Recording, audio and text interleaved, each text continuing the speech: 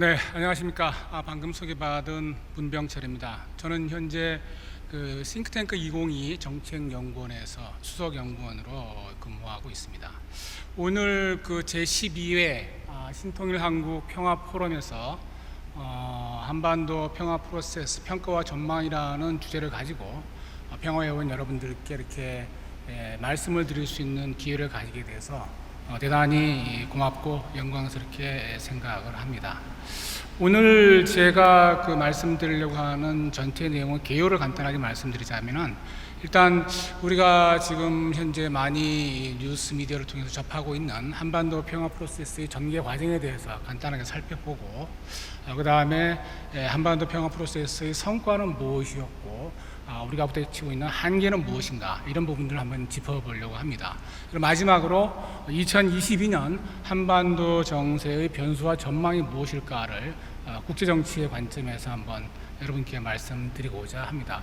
제가 이런 주제를 가지고 여러분들 앞에 서게 된 이유는 기본적으로 우리 천두평화연합이 추진하고 있는 신통일 한국운동, 신통일 한국운동은 국제 정세의 변화를 염두에 두지 않고서는 현실화시키기가 어려운 아주 난이한 과제들이기 때문에 국제 정치의 맥락에서도 한번 여러분들이 섭리적 관점뿐만이 아니라 현실 정치의 맥락에서도 한번 짚어보시는 게 어떨까 싶어서 이런 주제를 가지고 준비를 하게 되었습니다.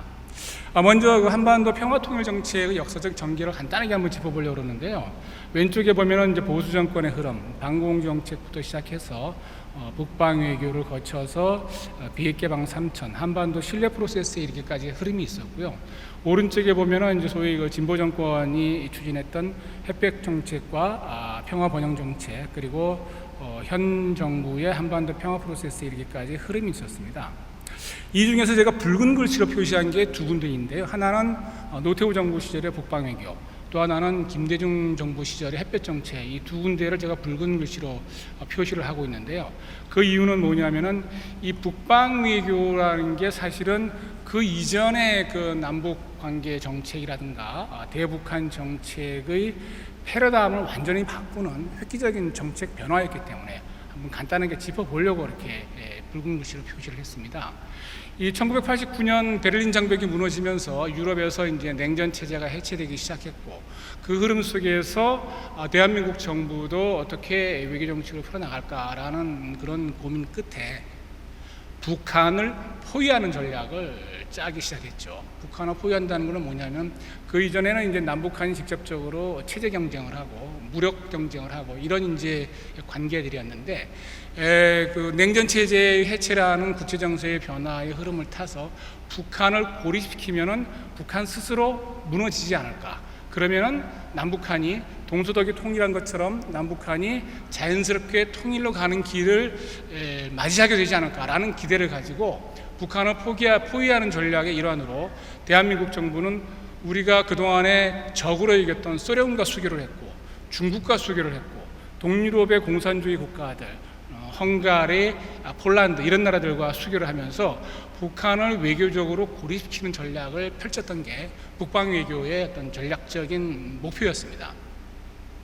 그런 흐름들이 사실상 그 이후에 보수 정권의 어떤 그런 외교 정책 내지는 대북 정책의 큰 틀로 자리를 잡았기 때문에 제가 북방 외교 부분을 한번 강조해 봤던 거고요. 반면에 이제 진보 정권 같은 경우에는 김대중 정부 햇볕 정책을 필두로 해서 남북한이 직접 교섭하는 전략을 채택을 했죠. 남북한이 직접 교섭해서 남북한이 경제적인 협력을 직접 도모하고 남북한이 직접적으로 교류하는 그런 방식을 통해서 북한의 변화를 유도하겠다. 이런 게 이제 소위 햇볕 정책의 기본적인 전략적 목표였고요.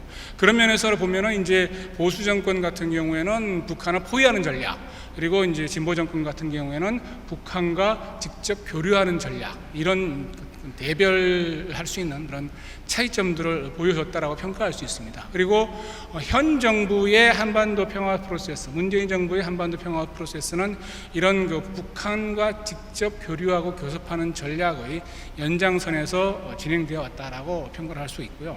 차기 정부는 이제 40여일 남은 이제 대통령 선거의 결과가 어떻게 되느냐에 따라서 결정이 될 것이기 때문에 아직은 말씀드리기가 어려운 상황이고 두고 봐야 하는 그런 문제인 것 같습니다.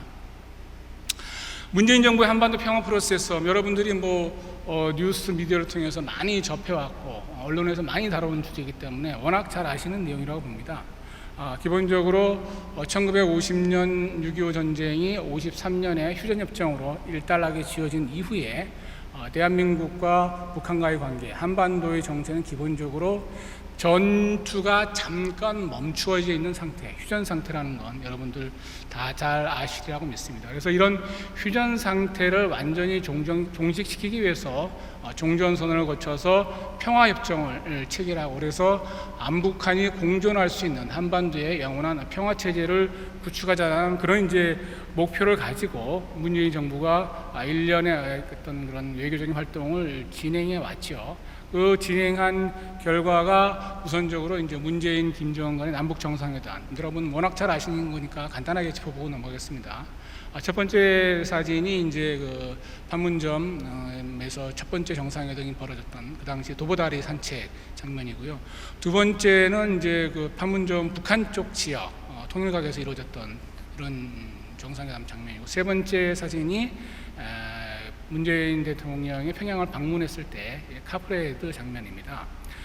구체적인 내용들은 간단하게 짚어보면은 군사적 긴장 완화와 상호 불가침을 합의하고 가장 중요한 한반도 비핵화 문제 이런 부분들에 대해서 해결하고 한반도 평화 체제를 구축하자, 그리고 한반도 판문점 이러한 내용을 가진 판문점 선언을 재확인하고, 또 3차 정상회담에서는 역시 군사적 적대관계에서 한반도 비핵화 및 평화 구축, 이런 일련의 그런 흐름 속에서 알 수 있듯이 가장 중요한 것들은 남북한 사이의 군사적 긴장과 대립을 해소하고 한반도 비핵화, 북한 비핵화 이런 것들을 거쳐서 궁극적으로 남북한이 공존할 수 있는 한반도 평화 체제를 구축하자라는 게 이제 핵심적인 상호간의 남북한 간의 핵심적인 관심사였다라고 볼 수가 있겠습니다. 그러니까 이러한 정상회담의 흐름 속에서 북한과 미국 간에도 일련의 협상의 흐름들이 만들어지기 시작했죠. 이 과정에서 문재인 정부가 그 중재자로서 북한과 미국 사이에 물밑 협상을 중재했던 이제 그런 흐름이 있었는데, 첫 번째 회담이 이제 아시다시피 싱가포르 회담이죠. 싱가포르에서 트럼프 미국 대통령과 김정은 국방위원장이 만나서 새로운 북미 관계를 수립하자. 우리가 70년 전에는 서로 전쟁을 했지만 이제는 새로운 북미 관계를 수립하고 한반도 평화 체제를 구축하자. 단 조건은 북한이 완전히 비핵화를 해야 한다. 이런 이제 조건을 걸었고, 유해 상황 문제는 이제 인도적 차원에서 서로 논의를 했던, 그래서 이런 공동선언문이 채택이 되면서 사실 이제 한반도에서도 남북한 간의 군사적 대립 문제, 그리고 북한의 핵개발 문제가 완전히 해결되고 북한과 미국 사이에도 수교가 이루어지는 이런 이제 일련의 과정을 통해서 한반도에도 이제 평화의 봄이 오는 게 아니냐라는 기대가 많이 있었습니다. 사실 아까 윤영호 본부장께서도 이게 157개국 남북 공동 수교를 말씀하시면서 좀 아이러니다. 뭐가 아이러니냐? 전 세계의 남북한과 공동 수교를 맺고 있는 나라가 157개국인데 왜 남북한은 수교를 안 하고 있고, 그리고 일본과 미국은 북한과 수교를 안 하고 있는가? 이게 참 아이러니한 상황이다라고 지적을 하셨었는데, 사실 아까 제가 노태우 정부 시절에 북방 외교를 말씀드리면서 이 부분을 좀 간략하게 언급하고자 했습니다. 뭐냐면은 포위 전략이라고 그랬죠. 포위 전략이기 때문에 북한을 고립시키는 게 목적이어서, 원래 정상적으로 한반도의 평화가 제대로 안착이 되려고 했으면은 냉전 해체 시기에 우리는 소련과 중국과 수교했던 것처럼 북한도 미국, 일본과 수교를 했어야 됩니다. 교차 수교라고 그러죠. 교차 수교. 그래서 남북한이 주변 4대 강국과 다 수교를 하는 이런 상태가 되었으면은 한반도, 그 이후의 한반도 문제는 굉장히 평화적인 방식으로 해결될 수 있는 확실한 단초가 마련이 되었을 텐데, 유감스럽게도 당시에 북한을 대하는 북방 외교의 기본 목표가 고립 전략이었기 때문에, 고립시켜서 북한 스스로 무너지게 만들자 이런 전략이었기 때문에 미국, 일본과 북한이 수교하는 과정이 진행되지 못했던 그런 측면들이 있었습니다. 어쨌든 그런 것들이 이제 그 원인이 되어서 지금까지 상황이 전개되었는데, 그런 것들을 타결할 수 있는 기회가 싱가포르 회담이었고 하노이 회담이었습니다. 하노이 회담이었는데 하노이 회담에서 영변 플러스 알파 문제로 최종적으로 결렬이 되었죠. 이 하노이 회담에 김정은이 얼마나 많은 기대를 걸었으면은 장장 평양에서부터 일주일 동안 기차를 타고 하노이까지 달려갔겠습니까? 근데 유감스럽게도 최종적인 그런 것들이 이게 타결이 이루어지지 못했는데 그 원인이 이제 영변 플러스 알파 문제였죠. 영변 그러면 사실 저나 여러분들이나 소시적부터 영변 그러면 제일 먼저 떠오르는 게 김소월의 진달래꽃 아닙니까? 나보기가 역겨워 가실 때는 말없이 고이 보내드리오리다. 영변의 약산 진달래꽃 아름다다 뿌리오리다. 이게 이제 흔히 우리가 영변 그러면 떠올리는 건데 언제부터인가 영변 그러면 핵무기, 원자로 이런 거하고 연결이 돼요. 왜냐하면 이제 북한이 핵무기를 개발하는 그 본산지가 영변에 있는 원자로였거든요. 그게 이제 과거 냉전 시기에 소련이 지원해서 영변에 5메가와트급 그 원자로를 건설했고 북한은 처음에는 그것을 어떤 실험용이다라고 이제 주장을 했지만 결국에는 거기에서 고농축 우라늄, 농축 우라늄을 통해서 핵무기를 제조하는 본산지로 삼았습니다. 그래서 영변이 북한 비핵화 문제를 풀어나가는 데 있어서 가장 우선적으로 해결해야 될 그런 이제 근거지가 되었기 때문에 북미 협상 과정에서도 영변 원자로의 완전한 해체 이런 것들이 큰 주제가 되었었고 거기에 대해서 이제 물밑 교섭을 통해서 서로 합의를 봤기 때문에 하노이 회담을 진행했던 건데 현장에서 알려진 보도된 바에 따르면 트럼프 대통령이 영변 플러스 알파, 영변 이외에 너희들이 비밀리에 건설하고 있는 기지들을 내가 몇 개 알고 있다. 그것도 다 내놔라. 이렇게 이제 더 베팅을 하니까 거기에 대해서 김정은이 거부하면서 그것은 사전에 협의된 내용이 아니다. 우리는 그런 게 없다. 이런 식의 태도로 거부하면서 결국은 결렬이 되었고 그것이 이후에 남북 관계와 북미 관계를 완전히 냉각시키는 결정적인 전환점이 되었던 그런 시기였습니다. 이렇게 되니까는 이제 남북한 간의 직접 교류라든가 북한 비핵화 문제를 풀어나갈 수 있는 동력이 거의 상실되다시피 했죠. 어렵게 성사시켰던 두 번의 북미 정상회담에서 서로 합의를 보지 못하고 상대방에 대해서 불신만 안고 돌아섰기 때문에 북한은 이후에 미국에 대해서도 그리고 대한민국 정부에 대해서도 아주 냉랭한 태도를 취하기 시작했습니다.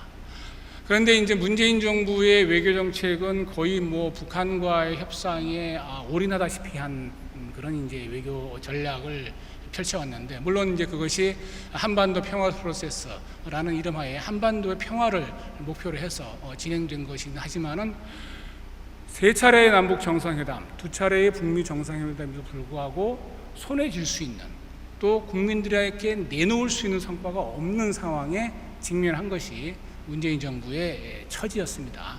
그래서 나온 것이 소위 이제 종전선언, 최근 한두 달 전부터 많이 거론되었던 종전선언에 대한 문재인 정부의 협상 의지 이런 것들이었는데요. 사실 이 종전선언이라는 게 여기 보시면 알겠지만은 2006년 원래 노무현하고 조지 W 부시 대통령이 회담을 할 때 조지 W 부시 대통령이 북한이 완전한 비핵화를 한다면은 우리가 종전선언을 통해서 북한을 고립으로부터 해방시키고 개혁개방으로 나갈 수 있는 길을 열어주겠다. 이게 이제 사실은 종전선언의 원래 취지였습니다. 그러니까 종전선언의 기본 전제 조건은 뭐다? 북한의 완전한 비핵화다. 이게 미국의 원래 입장이었고 지금도 확실한 입장이거든요. 그런데 이제 문재인 정부가 내세우고 있는 종전선언은 그런 것들을 하고 고리가 걸려 있지 않습니다. 그냥 정치적인 의미에서 종전선언만 하자 이런 건데 이 부분에 대해서 미국이 적극적으로 협조할 리가 없죠. 미국이 얻는 건 아무것도 없으니까 북한만 괜히 북한에게만 주한미군 철수하라는 명분을 강화시키는 결과가 나오는 게 아니냐라는 미국 측의 당연한 반대가 있었고 그래서 이런 것들이 걸림돌이 되기 때문에 구조적으로 걸림돌이 되기 때문에 결국 현실화되지 못하고 일종의 언론 플레이 비슷하게 지금 끝나가고 있는 그런 상황입니다. 굉장히 유감스러운 상황이긴 하지만은 베이징 올림픽을 개최하는 중국이나 또 북미 간의 실질적인 협상과 교섭을 원하는 북한의 입장에서도 현재로서는 썩 호응하기 어려운 상황이라서 더 이상 추진하기가 어렵다라는 게 대다수 전문가들의 견해입니다만, 물밑에서 어떤 일이 벌어지고 있는지는 아무도 장담할 수 없기 때문에 현재로서는 좀 어렵지만 또 알 수 없는 이런 이상한 상황이 좀 처해 있는 그런 상황이라고 볼 수 있습니다. 기본적으로 이제 제가 이렇게 역사적인 흐름과 문재인 정부에서 진행되었던 이런 흐름을 간단하게 짚어봤는데요. 그 성과 한계 부분을 간단하게 정리하자면은, 저는 이제 개가 봤을 때 기본적인 성과는 북미 간의 전쟁 위기를 해소했다는 것만큼은 평가해 줄 만하다, 이렇게 봅니다. 사실 문재인 정부가 들어서고 이런 무렵에 북한과 미국 사이에는 굉장히 심각한 언쟁이 있었거든요. 북한은 계속 핵무력을 고도화시켜 왔고, 그런 북한의 핵무력 고도화, 특히 이제 북한이 수소폭탄급 핵무기 실험에 성공했다라고 스스로 내세우고, 게다가 미국 본토를 타격할 수 있는 ICBM 대륙간 탄도미사일 발사 시험까지 진행을 하니까 본토에 대한 위협을 느끼는 미국 트럼프 대통령 입장에서는 북한의 움직임을 수수방관할 수 없다, 이런 이유 때문에 북한이 더 이상 도발하면 화염과 분노에 직면하게 될 것이다 라는 발언부터 시작해서 필요하다 그러면 북한은 완전히 파괴할 수밖에 없다, 전쟁하겠다는 얘기입니다. 이거는 그런 이제 발언에 대해서 북한의 김정은 위원장 역시 그 스타일이 물러서는 스타일이 아니죠. 북한은 결코 쉽게 물러서지는 않습니다. 나중에 어떻게 될지언정 말로는 확실하게 자신들의 강경한 입장을 표명하는 정치 집단이 북한이기 때문에 미국도 우리의 핵 사정권 안에 있다, 나는 핵 단추를 쥐고 있다, 이런 이제 발언들을 통해서 북한과 미국의 두 정상이 상당히 심각한 언쟁을 벌이는 이런 이제 양상이 되었고, 이것들이 결국 한반도의 전쟁 위기를 고조시키는 원인이 되는 거 아니냐, 이런 이제 위기의식이 상당히 팽배했던 게 2017년 말, 2018년 초 이런 상황이었습니다. 이런 상황에서 이제 그것들을 분위기를 바꾼 게 평창올림픽이었죠. 평창올림픽이었는데, 어쨌든 일련의 그런 배경 속에서 평창올림픽을 계기로 해서 대남 대표단이 파견이 되었고, 그 이후에 남북한 정상회담을 3차례 가졌고, 그리고 북미 간의 2차례 정상회담을 가지면서 전쟁의 위기로 진행되는 흐름은 차단이 되었다라는 게 이제 평가할 수 있는 대목이고요. 그런 맥락에서 문재인 정부 한반도 평화 프로세스가 손에 쥘 수 있는 이런 것들은 내놓지 못했지만 전쟁의 위기를 해소시키는 것만큼은 일정한 성과를 보여줬다라고 이제 평가를 하게 되는 이유입니다. 반면에 이제 그 한계도 명백하게 드러났죠. 일단은 남북 교류가 완전히 교착된 상태이고, 그리고 북미 관계에서는 실패했죠. 그리고 북한의 비핵화 문제는 티끌만큼도 진전이 되지 못했습니다.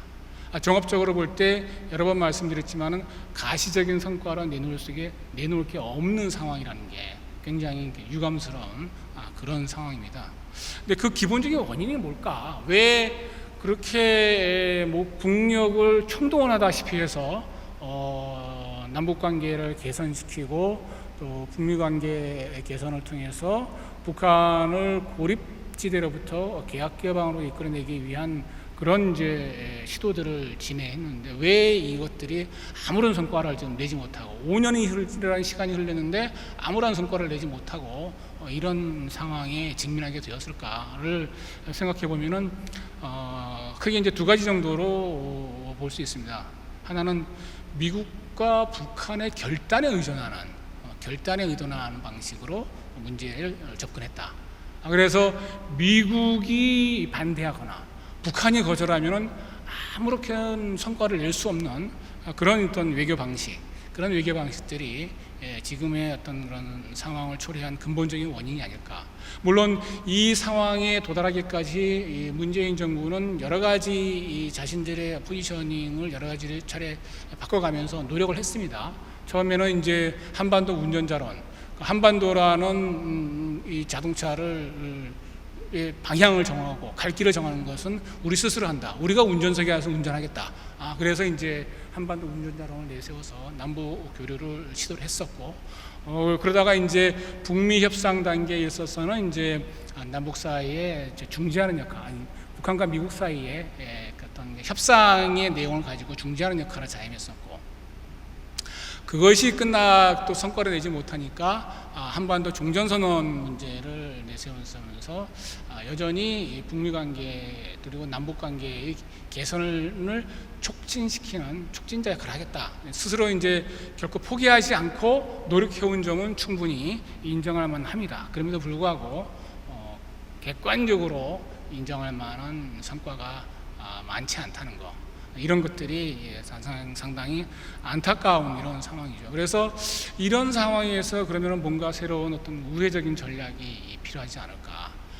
기존의 방식을 좀 더 뛰어넘는 새로운 접근 방법들이 좀 모색되어야 될 필요가 있다. 이런 취지에서 우회 전략의 모색을 제가 말씀드리고자 하는 겁니다. 먼저 이제 우회 전략의 구체적인 내용을 말씀드리기 앞서서 한반도 평화 프로세서, 그건 문재인 정부가 사용한 용어이긴 합니다만, 한반도 평화 프로세스는 우리 모두가 늘 머릿속에 염두에 두고 실천에 옮겨야 되는 과제이기 때문에 그 문제가 어떻게 풀어나가야 되는지, 그 문제의 향배를 결정하는 변수가 무엇인지, 이런 부분들을 몇 가지 한번 짚어보려고 합니다. 변수 전망 첫 번째로 내세운 게 제가 투키디데스의 함정을 내세웠는데요. 사실 잘 아시다시피 미국과 중국의 패권 경쟁이 날이 갈수록 치열해지고 있죠. 날이 갈수록 치열해지고 있으면서 미중 패권 경쟁을 묘사할 때 우리가 흔히 투키디데스의 함정이다 라는 표현을 몇 년 전부터 사용하기 시작했습니다. 물론 이제 미국의 정치학자가 처음 사용한 용어이긴 한데, 투키디데스는 아실 만한 분들은 다 아시죠. 그 유명한 펠로폰네소스 전쟁사를 쓴 사람이고, 펠로폰네소스 전쟁이라는 게 고대 그리스 시대, 지금부터 2000년도 더 지난 시절이죠. 고대 그리스 시절에 도시국가들 간의 이제 전쟁을 다룬 역사서입니다. 아시다시피 고대 그리스 시절은 도시국가들 간의 경쟁과 발전이 이루어졌던 시기인데, 그 당시에 맹주 도시국가가 스파르타였죠. 스파르타가 맹주 도시국가, 그리스의 맹주였고, 그 맹주 도시국가 스파르타를 추격하는 도시국가가 아테네였습니다. 그러니까 아테네와 스파르타 간의 전쟁이 펠로폰네소스 전쟁이고, 이 전쟁의 전개 과정과 원인을 분석한 책이 투키디데스가 쓴 펠로폰네소스 전쟁사, 이 책인데, 여기에서 투키디데스의 분석이 그 이후에 인류사의 전쟁, 패권 경쟁을 설명하는데 굉장히 유효한 분석 방법을 제시했기 때문에 많은 정치학자와 역사가들이 투키디데스를 인정하고 그것들을 계속 차용하고 있는 것이죠. 근데 여기서 투키디데스가 한 얘기가 뭐냐면, 스파르타는 왜 아테네를 공격했을까? 스파르타가 먼저 공격했거든요. 스파르타는 왜 아테네를 공격했을까? 자기들이 맹주국가인데. 그 원인으로 투키디데스가 꼽은 게 그겁니다. 아테네의 부상, 아테네가 성장해서 스파르타를 넘어가게 되면은 결국은 스파르타가 아테네의 발밑에 복속하게 되는 상황이 올 것이다. 그 상황은 막아야 한다. 즉 아테네의 부상에 대한 두려움 때문에 스파르타가 먼저 선제 공격을 감행했다. 이렇게 이제 평가를 하죠. 그러니까 도전하는 국가의 파워에 대한 두려움이 이 스파르타가 전쟁을 개시한 원인이라고 분석을 하고, 이런 흐름들은 불가피했다. 즉 스파르타 입장에서는 그게 불가피했다라고 평가를 했습니다.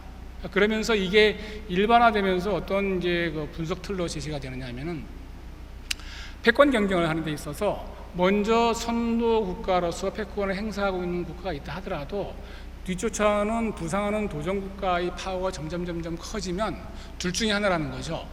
패권 국가가 먼저 도전 국가를 공격해서 주저앉히든가, 아니면은 도전 국가가 패권 국가를 추월해서 새로운 맹주로 등장하든가. 그럼 어떤 상황에서도 이 두 개의 경우의 수가 현실화되는 과정에서 전쟁은 불가피하다.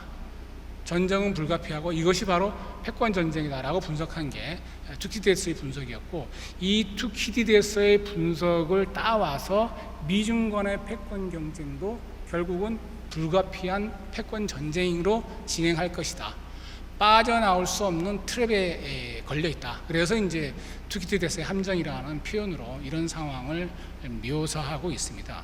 사실 이제 역사적인 사례를 보면은 미국이 자신의 지위를 위협하는 일본의 성장을 두려워한 나머지 1985년 플라자 협정으로 일본의 경제력이 한 펀치를 한번 날린 적이 있었죠. 그래서 일본이 주저앉았고 1990년 이후에 잃어버린 20년이라는 세월을 보내면서 일본이 쇠퇴하는 이런 이제 흐름을 보인 적이 있었고요.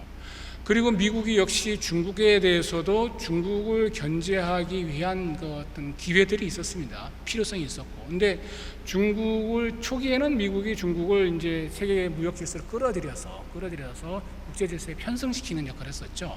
WTO에 가입시키고 개발주상국가로서의 특혜를 주면서 중국의 경제 성장을 뒤에서 지원한 면이 있었는데, 일정한 수준에 이르면은 이제 자신이 미국의 패권적인 지위를 위협하니까 그것을 꺾어줘야 되는데 그 꺾을 기회를 놓쳤다라고 이제 평가를 합니다. 첫 번째가 2001년 9.11 테러 이후에 미국이 테러와의 전쟁에 함몰되면서 국력을 그쪽에 소진하니까 중국을 적극적으로 견제하려는 그런 이제 신경 쓸 틈이 없었다, 이런 부분도 있고, 물론 그 시기는 중국을 끌어들이는 시기도 했지만, 두 번째가 2008년 경제위기죠. 세계 경제위기, 금융위기. 그 금융위기가 미국으로부터 출발되었고, 이 금융위기를 극복하기 위해서 노력하다 보니까는 중국의 성장을 견제할 기회를 놓쳐서 2010년 이후에 중국이 폭발적인 성장세를 보이면서 미국의 슈퍼파워주의를 위협하는 이런 상황에 이제 도래했다라고 평가를 합니다.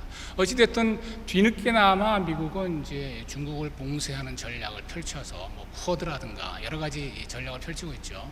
이런 이제 상황에서 그 미중 패권 경쟁의 향배가 어떻게 될 건가? 물론 이제 변수는 한 가지 있습니다. 핵전쟁의 위험, 이런 게 있기 때문에 결국 실질적인 전쟁까지는 안 가더라도 뭔가 둘 간의 승부를 보는 이런 양상으로 전개되지 않을까, 이렇게 이제 보는 거고, 그 핵심은 결국은 기술 패권 경쟁이 될 것이다. 6G라든가 우주항공산업. 왜냐하면 기술 패권이 결국은 군사력을 뒷받침하는 핵심적인 요인이기 때문에 이런 양상으로 전개될 거라고 보고 있습니다. 또 한 가지 변수로 우리가 봐야 될 게 결국은 투키디데스의 함정이 어떻게 결론이 났느냐와 달려있는 문제인데요. 우리나라의 입장이죠. 대한민국의 안보 입장인데, 전통적으로 우리는 한미관계, 한미동맹 기준에서 동맹외교 중심의 정책을 펼쳐왔었는데, 노무현 정부라든가 문재인 정부 이런 진보 정권에 들어서는 소위 미중 간의 균형 전략, 미국에게는 안보를 의지하고 중국에게는 경제적인 이득을 취하자라는 균형 외교 전략을 펼쳐 왔던 건데요. 사실은 지금 이 동맹 외교와 균형 외교, 동맹 외교 같은 경우에는 뭐 냉전이 치열했던 시기에 안보 생존을 위해서 불가피했던 측면이 있었고요. 균형 외교는 냉전 종식 이후에 미국이 중국을 세계 질서로 편입시키는 시기에는 균형 외교의 전략이 가능했었죠. 근데 지금 좀 전에 보였던 그 미중 패권 경쟁이 투키디데스 함정에 빠지는 이런 이제 상황으로 전개가 된다라면은 우리도 사실은 이 신냉전 체제가 동북아에서 만들어질 경우에 균형 외교 전략을 계속 채택할 수 있을지, 이런 부분들은 상당히 심각하게 고민해봐야 되는 대목이라고 볼 수 있습니다. 세 번째 변수로 보는 게 이제 북미 관계죠. 전략적 인내 2.0이라고 제가 말씀드리고 있는데, 이건 뭐냐면은 지금 현재 미국이 조 바이든 행정부가 등장했는데, 조 바이든 이전에 이제 트럼프 이전에 버락 오바마 행정부가 있었죠. 버락 오바마 같은 경우에 8년 동안 미국의 대통령으로서 재직했는데, 문제는 뭐냐면은 우리 입장에서 보면 이 8년이 참 아주 악몽 같은 시간이었어요. 왜냐? 버락 오바마가 8년 동안 전략적 인내라는 정책 목표를 내세우고 북한에 대해서 전혀 협상을 하지 않았거든요. 북한의 비핵화 문제를 가지고 전혀 협상을 하지 않고 그냥 내버려뒀단 말이에요. 그래서 심지어는 이 전략적 인내가 아니라 전략적 방관이다라고까지 얘기를 하는데, 이 8년 동안 북한은 어마어마한 핵무력 증강을 실현시킵니다. 결국은 수소폭탄급까지 완성을 시키고 ICBM까지 완성을 시키는 그 시간을 벌어줬던 게 버락 오바마의 전략적 인내 8년이었어요. 그래서 조 바이든 행정부가 등장하니까 이것 또다시 트럼프 행정부 시절에는 최종적으로 결렬되기는 했지만 어찌되었든 북미 간의 이거 협상을 통해서 해결하려는 노력을 했었는데 버락 오바마의 전략적 인내를 이어받은 전략적 인내 2.0 버전 2가 이 조 바이든에 의해서 또 펼쳐지는 거 아니냐라는 우려가 있습니다. 실제 그 우려는 거의 현실이 돼가고 있죠. 이 조 바이든 행정부가 내세우고 있는 게 뭐냐면은 결국은 북한에 대해서 인권 문제 얘기하고 그리고 또 한반도 주한 미 대사를 1년 가까이 임명을 안 하고 있었어요. 1년 가까이 임명을 안 하고 있었고 최근에 내정자를 발표했는데 보니까는 과거에 대북 제재 조치를 총괄했던 인물.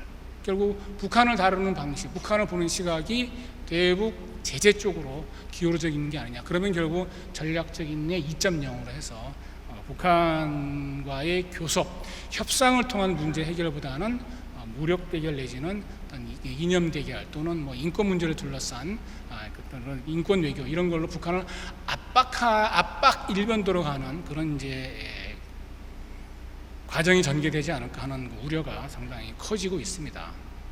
북한의 행태는 어떻습니까? 이미 북한도 확인됐죠. 원래 북한은 이제 신년사를 통해서 자신들의 입장을 많이 얘기를 하는데 신년사도 없었고 대미 대남 메시지도 없었고 그 대신에 행동으로 보여줬습니다.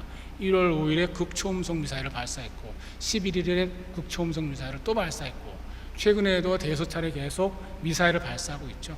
북한은 결국 그러면 대한민국하고도 대화 안 하고 미국하고도 너희들도 우리한테 이렇게 협상을 원하는 태도가 아니라면 우리는 우리가 할 길을 가겠다. 이런 이제 선전포고라 볼 수도 있고 또 한편으로는 굳이 긍정적으로 해석하자면은 우리한테 좀 관심을 가져달라. 우리는 협상하고 싶은데 너희가 협상을 안 하려고 그러니까 계속 우리가 이렇게 이게 좀 징징거릴 수밖에 없지 않느냐 이렇게도 해석을 하지만은 이 부분은 결국은 미국 대통령의 어떤 정치적 입장, 외교적인 입장이 뭔가에 따라서 달라질 수밖에 없고요. 또 한 가지 변수는 이제 우리나라 대통령 선거 결과죠.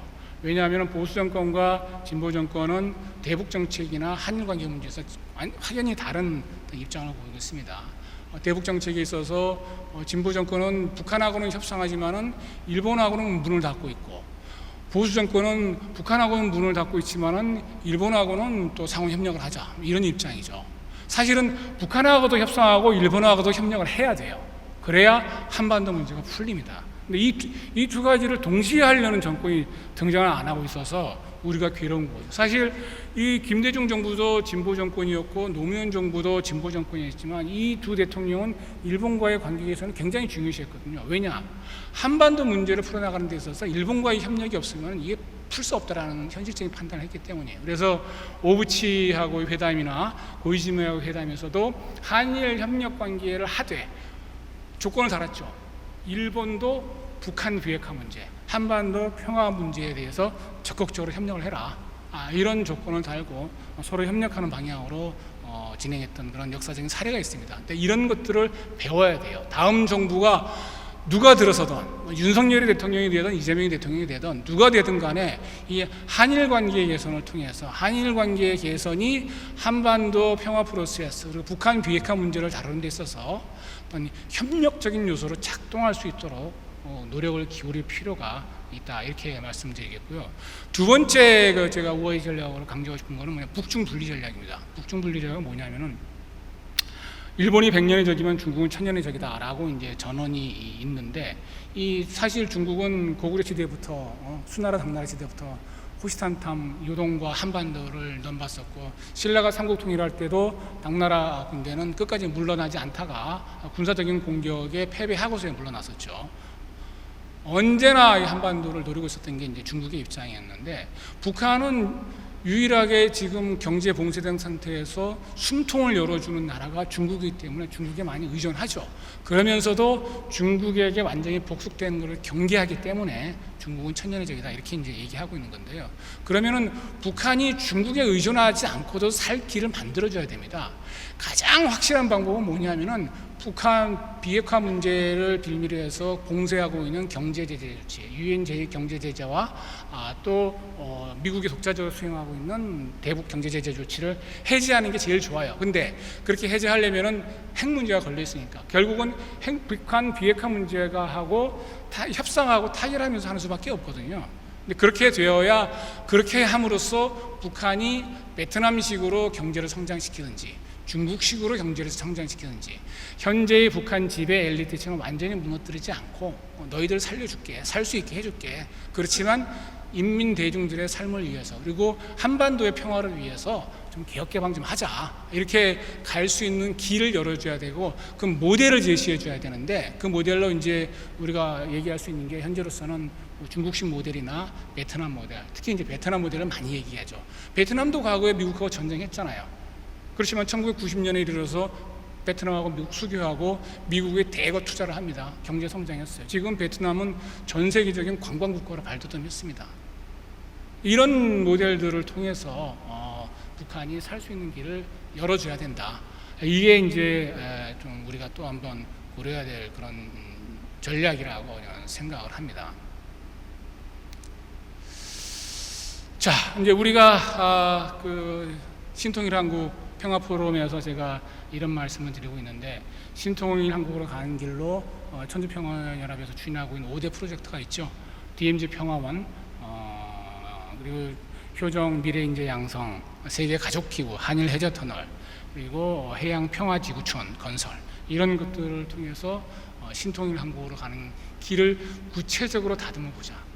이 프로젝트들을 통해서 그 길을 구체적으로 다듬기 위해서 국민들에게도 대국민 통합 메시지, 이런 활동들을 통해서 우리가 한반도 평화 프로세스를 구체적으로 진전시키자, 이런 것과 더불어서 또 국제적인 협력 관계, 이런 것들을 추구하기 위해서 내세우고 있는, 추진하고 있는 5대 프로젝트가 있습니다.